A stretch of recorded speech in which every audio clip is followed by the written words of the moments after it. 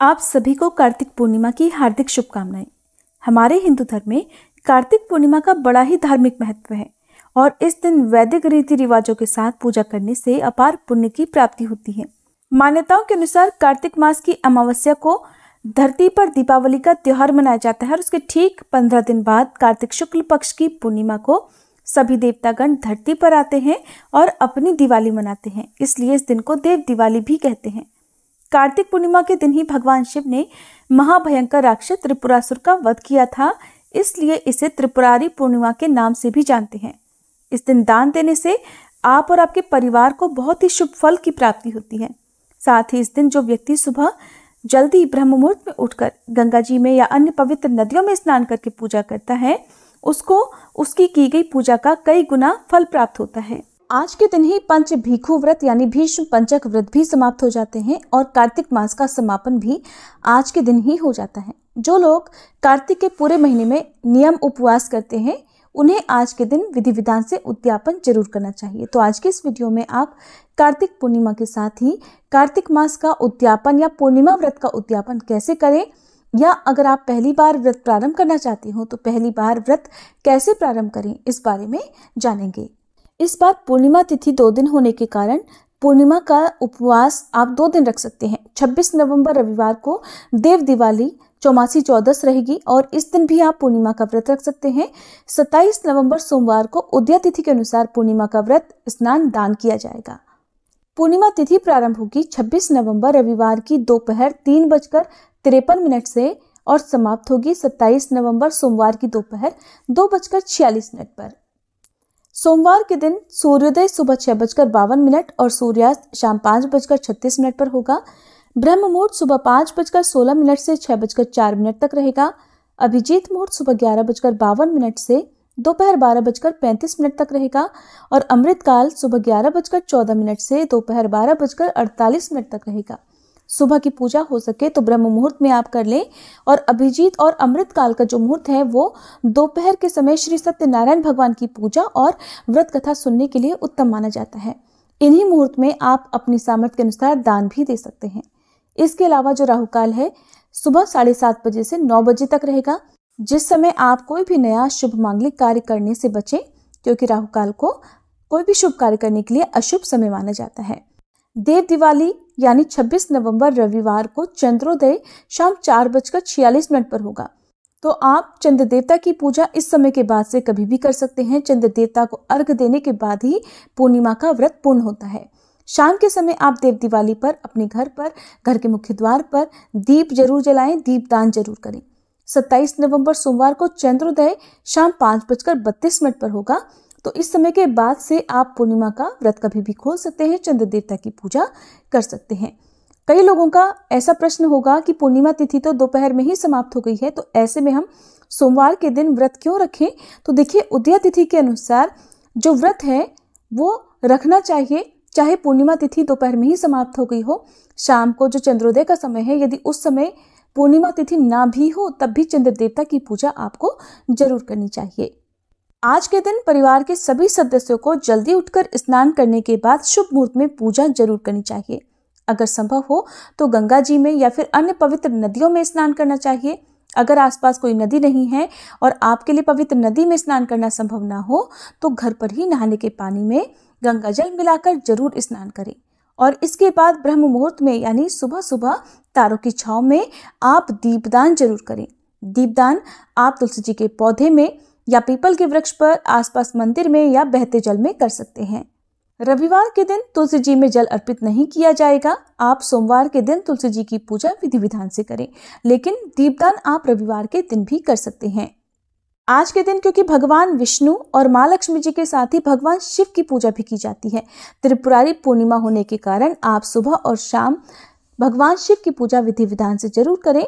सुबह हाथ में जल और पुष्प लेकर व्रत रखने का संकल्प लें, क्योंकि सोमवार का दिन है। ऐसे में आपको प्रदोष काल के समय भगवान शिव का पूजन करके शिव चालीसा पाठ या शिव रुद्राष्टकम का पाठ आज के दिन जरूर करना चाहिए।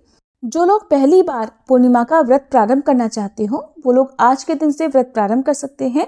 तो आज आप सुबह कितनी संख्या में, जैसे कुछ लोग 1 साल तक पूर्णिमा का व्रत रखना चाहते हो या कुछ लोग 2 साल तक या 26 पूर्णिमा का या 32 पूर्णिमा का व्रत रखना चाहते हो तो उन संख्याओं का संकल्प आपको व्रत के पहले दिन जरूर लेना चाहिए।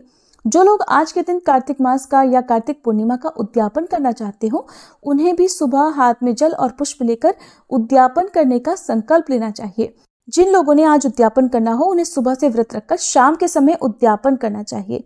तो सबसे पहले सुबह आप विधि विधान से पूजा करें, धूप दीप जलाएं, भगवान विष्णु को और भगवान शिव को आप चंदन का तिलक लगाएं और उनकी प्रिय वस्तुएं जैसे भगवान शिव को बेलपत्र, भांग धतूरा या शमी पौधे की पत्तियां या आक के फूल आप अर्पित कर सकते हैं। भगवान विष्णु को आज के दिन आप पीले रंग की वस्तुएं जरूर चढ़ाएं जैसे पीले फल, पीले फूल, पीले वस्त्र और दीप जलाकर माँ लक्ष्मी जी और पूरे शिव परिवार का पूजन करें।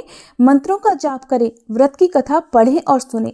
सबसे अंत में शिव चालीसा और विष्णु चालीसा का पाठ करके आप आरती जरूर गाएं। दोपहर के समय श्री सत्यनारायण भगवान की कथा आज के दिन आप जरूर सुने या पढ़ें। सुबह और शाम दोनों ही समय आपको तुलसी जी के पौधे में दीपदान भी आज के दिन जरूर करना चाहिए। जो लोग कार्तिक के पूरे महीने में दीपदान ना कर पाए हों तो आज के दिन आप 365 इस बार क्योंकि पुरुषोत्तम मास रहा है तो आप 366 बाती का दीपक जलाकर दीपदान जरूर करें। चाहे केवल एक ही दिया आप जलाएं 366 बाती का, 366 बाती का नहीं जला सकते तो 108 बाती का दीपक भी आज के दिन आप जला सकते हैं। अपनी सामर्थ्य के अनुसार चाहे 1 हो या 5 दीपक हो आपको जरूर जलाने चाहिए और इन दीपकों का दान आप नदी, तालाब, सरोवर, आसपास कोई पवित्र वृक्ष हो जैसे बेल वृक्ष, आंवले का पूजन कार्तिक मास में किया जाता है, तुलसी जी के पौधे का पूजन किया जाता है, तो इन सभी जगह पर आप कहीं पर भी दीपदान जरूर करें।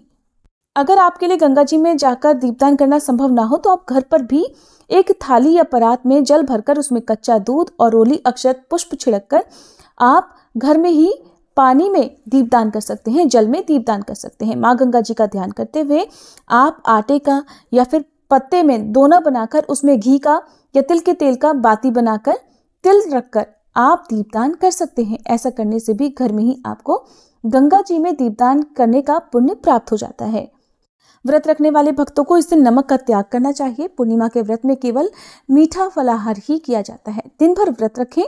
इस दिन झूठ, चोरी, पाप, नशा इत्यादि ना करें, ना ही ऐसे व्यक्तियों का साथ करें।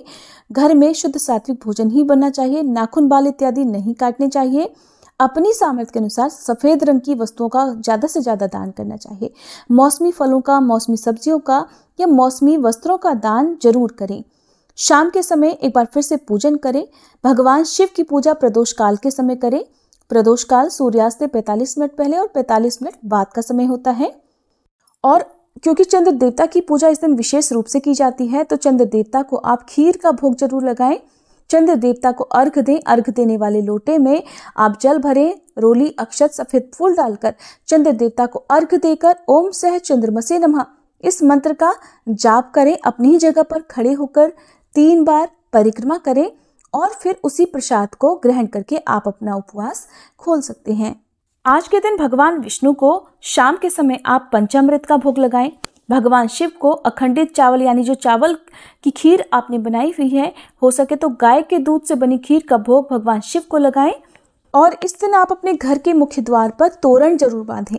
तोरण यानी आम या अशोक की पत्तियों से आप बंधनवार बनाएं, उसे घर के मुख्य द्वार पर लगा दें। ऐसा करने से आपके घर को किसी की नजर नहीं लगेगी। इस दिन जितना हो सके आप भजन कीर्तन करें। जो लोग किसी कारण से एकादशी या द्वादशी तिथि के दिन तुलसी जी का विवाह नहीं करा पाए हों या तुलसी जी की पूजा विधि विधान से ना कर पाए हों, वो भी आज के दिन तुलसी विवाह करा सकते हैं। भीष्म पंचक व्रत रखने वाले भक्तों को आज के दिन दिन भर व्रत रखकर शाम को व्रतों का उद्यापन करना चाहिए। और जो लोग भी आज कार्तिक पूर्णिमा का उद्यापन करना चाहते हैं उन्हें कम से कम 1.25 मीटर पीला कपड़ा, ज़्यादा हो अगर आपकी सामर्थ्य अधिक हो तो आप पीली धोती साथ में जरूर रखें। पीले फल, पीले फूल और अपनी सामर्थ्य के अनुसार अनाज, दक्षिणा और फल मिठाई ये आप चौकी पर पूजा करते समय रखें। पूजा करें। भगवान विष्णु से या अपने आराध्य देवी देवताओं से आप प्रार्थना करें कि आपके द्वारा किए गए इस दान को प्रभु स्वीकार करें। और आज आपके पूर्णिमा के व्रत पूर्ण हो गए हैं। अपनी सामर्थ्य के अनुसार आज आप उद्यापन कर रहे हैं और इस प्रकार से प्रार्थना करने के बाद आप कोई भी पकवान जरूर बनाएं और आसपास मंदिर में पुजारी जी को दान में जरूर देकर आएं। गौ माता की पूजा करने से सभी देवी देवताओं का आशीर्वाद प्राप्त हो जाता है। तो आज के दिन आप गौग्रास जरूर निकालें। हो सके तो गौशाला में हरे चारे का या हरी सब्जियों का दान करें। अपने हाथ से गौ माता को गुड़ और रोटी खिलाएं। इस प्रकार से आप बहुत ही आसान विधि से व्रतों का उद्यापन कर सकते हैं। उद्यापन वाले दिन आपको अपने घर पर हवन जरूर कराना चाहिए। खुद से यदि आप हवन करना चाहें तो खुद से भी कर सकते हैं। एक छोटे हवन कुंड में आप अग्नि जलाकर फिर उसमें हवन सामग्री में आपको काले और सफेद तिल मिलाकर और खीर से कम 21 बार आहुति देनी चाहिए। आहुति देते समय अग्नि देवता का ध्यान करें और सबसे अंत में जल के छींटे देने चाहिए। इस प्रकार अग्नि देवता के माध्यम से हमारे द्वारा अर्पित किया गया भोग हमारे देवी देवताओं तक पहुंच जाता है। अगर संभव हो तो आज के दिन आप अपने पितरों के नाम से एक पवित्र वृक्ष कहीं आसपास जरूर लगाएं। सार्वजनिक जगह पर, नदी, तालाब आदि के किनारे या किसी पार्क में आप कोई भी छायादार या फलदार पौधा भी लगा सकते हैं और बड़े होने तक उस पौधे की देखभाल आप जरूर करें। पितरों के नाम से दीपदान करें। अपने घर के मुख्य द्वार पर एक दीपक पितरों के नाम से और उत्तर दिशा की तरफ माँ लक्ष्मी जी के नाम से एक दीपक जलाने से पितर और माँ लक्ष्मी जी की कृपा प्राप्त होती है। उम्मीद है आज की ये वीडियो आपको पसंद आई होगी। अगर आप सुनना चाहते हो कार्तिक पूर्णिमा की और श्री सत्यनारायण भगवान की कथाएं तो हमारे चैनल पर आज इन कथाओं को भी जरूर सुनिएगा।